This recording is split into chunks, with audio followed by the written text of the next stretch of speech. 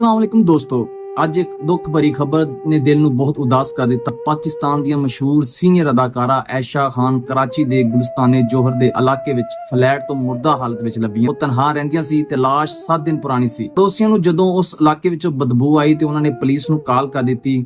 Police ਨੇ ਆ ਕੇ ਤਾਲਾ ਤੋੜ ਕੇ ਉਸ ਲਾਸ਼ ਨੂੰ ਕੱਢਿਆ। ਐਸ਼ਾ ਖਾਨ ਉਹ ਫਨਕਾਰ ਸੀ ਜਿਹੜੀ 70 ਤੋਂ 80 ਦਿਹਾਈ ਵਿੱਚ ਟੀਵੀ ਤੇ ਉਹਨਾਂ ਨੇ ਰਾਜ ਕੀਤਾ।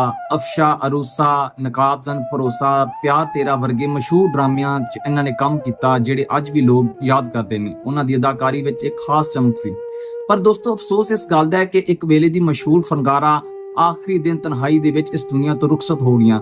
ਪਰ ਸਿਰਫ ਇੱਕ ਫਰਦ ਦੀ ਮੌਤ ਨਹੀਂ, ਇਹ ਸਾਡੇ ਮਾਸ਼ਰੇ ਦੀ ਬੇਹਿੱਸੀ ਦੀ ਇੱਕ ਤਸਵੀਰ ਹੈ। ਆਇਸ਼ਾ ਖਾਨ ਦੀ ਜ਼ਿੰਦਗੀ ਦੇ ਕਈ ਪਹਿਲੂ ਬੜੇ ਮੁਤਾਸਰ ਕਨ ਸਨ। ਉਹ 22 ਅਗਸਤ 1948 ਨੂੰ ਕਰਾਚੀ ਵਿੱਚ ਪੈਦਾ ਹੋਈਆਂ। ਜਾਮੀਆ ਕਰਾਚੀ ਤੋਂ ਤਾਲੀਮ ਹਾਸਲ ਕੀਤੀ ਤੇ ਪੀਟੀਵੀ ਦੇ ਸੁਨਹਿਰੀ ਦੌਰ ਵਿੱਚ ਅਦਾਕਾਰੀ ਸ਼ੁਰੂ ਕੀਤੀ।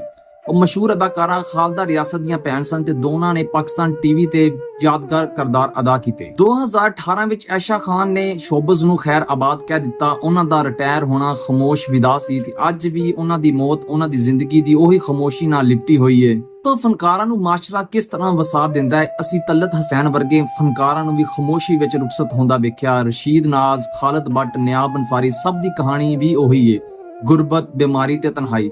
ਅਸੀਂ ਫਨ ਪਸੰਦ ਕਰਨੇ ਆ, ਫਨਕਾਰਾਂ ਨੂੰ ਯਾਦ ਤੇ ਕਰਦੇ ਆ, ਪਰ ਉਹਨਾਂ ਦੇ ਕਿਰਦਾਰ, ਉਹਨਾਂ ਦੀ ਸਕਰੀਨ ਤੇ ਸ਼ਕਲ, ਉਹਨਾਂ ਦੀ ਜ਼ਿੰਦਗੀ ਵਿੱਚ ਦੁੱਖ, ਤਨਹਾਈ, ਬਿਮਾਰੀ ਜਾਂ ਮਾਲੀ ਮਸਾਇਲ ਦੇ ਮੁਤਲਕ ਕਦੀ ਨਹੀਂ ਸੋਚਦੇ। ਇਹ ਫਨਕਾਰਾਂ ਨੂੰ ਜੇ ਵਕਤ ਤੇ ਵੇਲੇ ਤੇ ਨਾ ਪੁੱਛਿਆ ਜਾਵੇ ਤੇ ਉਹਨਾਂ ਨੂੰ ਵਕਤ ਤੇ ਇੱਜ਼ਤ ਮਿਲੇ ਤੇ ਕੀ ਉਹ ਸਿਰਫ ਮੌਤ ਤੋਂ ਬਾਅਦ ਹੀ ਤਾਰੀਫਾਂ ਦੇ ਕਾਬਿਲ ਨੇ? ਸਿਰਫ ਤਜ਼ੀਅਤ, ਫਕਤ ਅਫਸੋਸ। ਆਇਸ਼ਾ ਖਾਨ ਦੀ ਖਾਮੋਸ਼ ਰੁਖਸਤੀ ਸਾਡੇ ਜ਼ਮੀਰ ਤੇ ਇੱਕ ਬਹੁਤ ਵੱਡਾ ਸਵਾਲ ਬਣ ਕੇ ਖੜੀ ਹੈ। ਕੀ ਹੈ ਅਸੀਂ ਸੁਣਨ ਨੂੰ ਇਸ ਵੇਲੇ ਤਿਆਰ ਹਾਂ? ਅੱਲਾਹ ਪਾਕ ਆਇਸ਼ਾ ਖਾਨ ਦੀਆਂ ਅਗਲੀਆਂ ਮੰਜ਼ਲਾਂ ਨੂੰ ਆਸਾਨ ਫਰਮਾਏ, ਉਹਨਾਂ ਨੂੰ ਜੰਨਤੁਲ ਫਿਰਦੌਸ ਦੇ ਵਿੱਚ ਆਲਾ ਮਕਾਮ ਅਤਾ ਫਰਮਾਏ। ਆਮੀਨ। ਸ਼ੁਕਰੀਆ। ਅੱਲਾਹ ਹਾਫਿਜ਼।